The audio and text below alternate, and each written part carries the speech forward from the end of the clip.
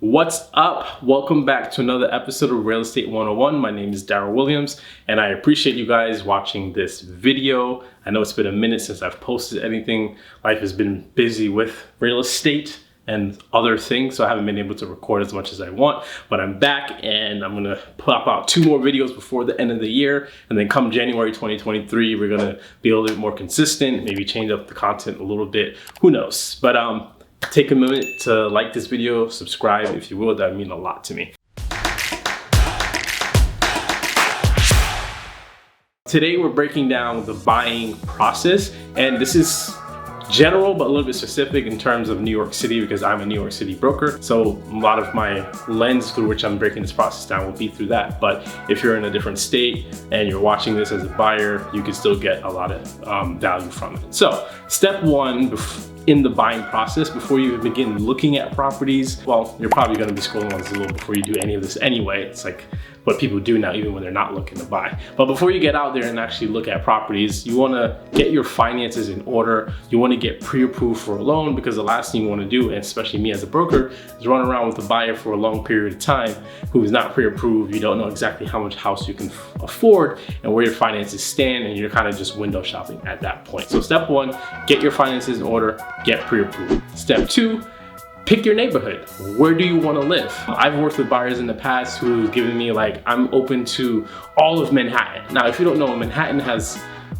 lots and lots of neighborhoods, over 40 neighborhoods. You have Upper Manhattan, you have Midtown, and within these sections of Lower Manhattan, you have the neighborhoods within these sections of the city. So when a buyer tells me they're open to all of Manhattan, I sigh like that and tell them to get a little bit more specific. Where do you live now? Do you like that area? Do you think you see yourself buying in that area? And then what other neighborhoods are you interested in? But don't tell me all of Manhattan and Brooklyn, because now we're just gonna be running around like a chicken with our head chopped off. So it's super important to hone in on where exactly you wanna live to make the buying process a lot smoother. Step 3, figure out what you want to buy.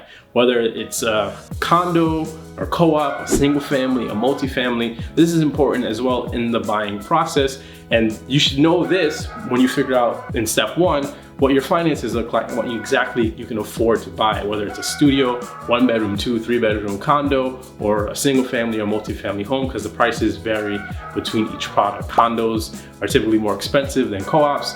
Single family home is typically more expensive than condo and co-ops. And multifamily, depending where you are, can be a lot more expensive as well. And if you want to get into the investing side, then maybe a multifamily so you can house hack might be the way for you to go. But it's kind of important to figure out what the product type is that you want to buy. And you can't do that if you don't figure out your finances in step 1. Step 4, get you a really great real estate agent like me. If you're in New York City, you can contact me, 646-319-7740, or Darryl.Williams@Corcoran.com if you're interested in buying in New York City in the near future. But seriously, find your real estate agent. It's super important to get your real estate professional to help you along the process, especially if you're a first-time home buyer, that can walk you through the process, that can give you some value, educate you, and hold your hand through the entire process of buying your first home, because it's the largest purchase that you will make probably in your life. So it's very important to have an agent by your side walking through the process that will negotiate on your behalf, that will represent you on your behalf, will put you in touch with lenders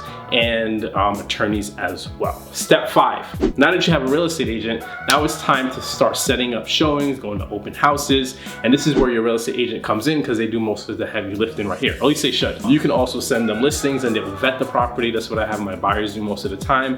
Initially, I send a list based on their criteria that they gave me, and then they'll pick which one they want. I'll set up the appointments for them, but also I have them text me properties or email properties, and I'll vet them to make sure they're still available, and then set up a showing. So that's what you want to do in step 5, is start setting up showings and start going out, whether it's on a weekend or during the week for maybe a week or 2, and just to start looking at properties and figuring out what it is that's out there on the market, and then which one resonates with you. Once you've identified a property in step 5, now we're in step 6. You and your agent will start discussing an offer. What does that look like for, say you found a 1-bedroom condo, it's asking $700,000, it's in Brooklyn, and you're like, okay, I like this property, but I don't want to offer $700,000. So this is where you and your buyer will figure out, okay, where do you want to start and where you want to end, and then we go negotiate from there. Then we prepare the offer, submit it, and then we're in step 7, negotiation process, which can take about 2 days, maybe 3, just depending on the response time of the seller and if they're in the country or out of the country.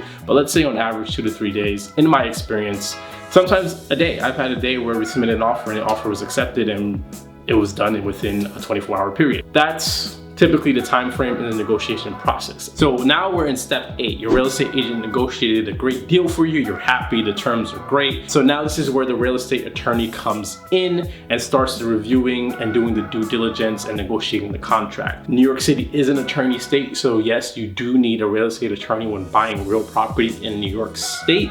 And this is where your real estate agent from step 5, when you chose them, was supposed to put you in contact with a real estate attorney, a few of them if you didn't have one already. Due diligence typically could take about 1 to 2 weeks in New York City, sometimes more. Right now I have an accepted offer on the table and we're running into week 2 of due diligence because the management company takes very long to get back to us about things, and then they don't answer all the questions, and then the attorney has to go back and like, hey, you forgot these questions. So due diligence period, expect about 1 to 2 weeks when you're dealing with condos and co-ops. Obviously, if it's a single family home or multifamily, it'll probably take about a week, maybe a little bit less, just depending on how long it takes to get title and all that stuff. Now, step 9.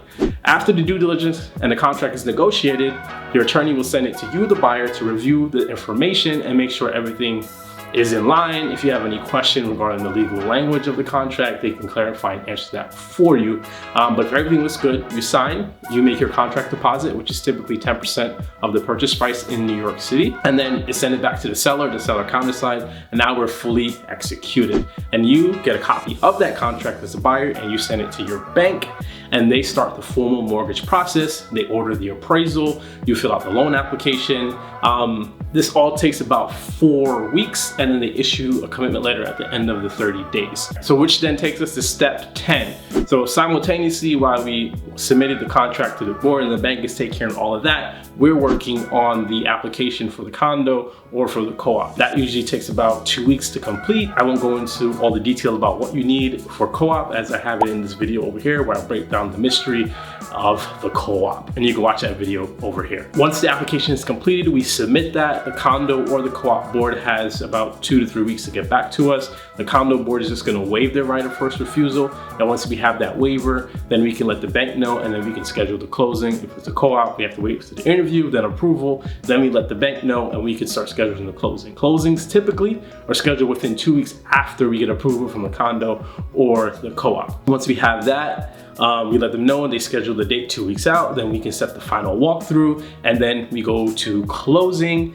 and then you get the keys, and now you're a homeowner. Congratulations, you bought your first property in New York City. Clap it up for yourself, because it's not an easy process. But those are the 10 steps of the buying process. Again, if you're looking to buy in New York City, please reach out. I have a detailed guide that'll walk you through it again from start to finish with more detail. But that's the basic outline of buying in New York City, and pretty much buying anywhere else in the United States. These 10 steps will get you prepared for the process. Thank you for watching this video, and I'll see you again in the next one.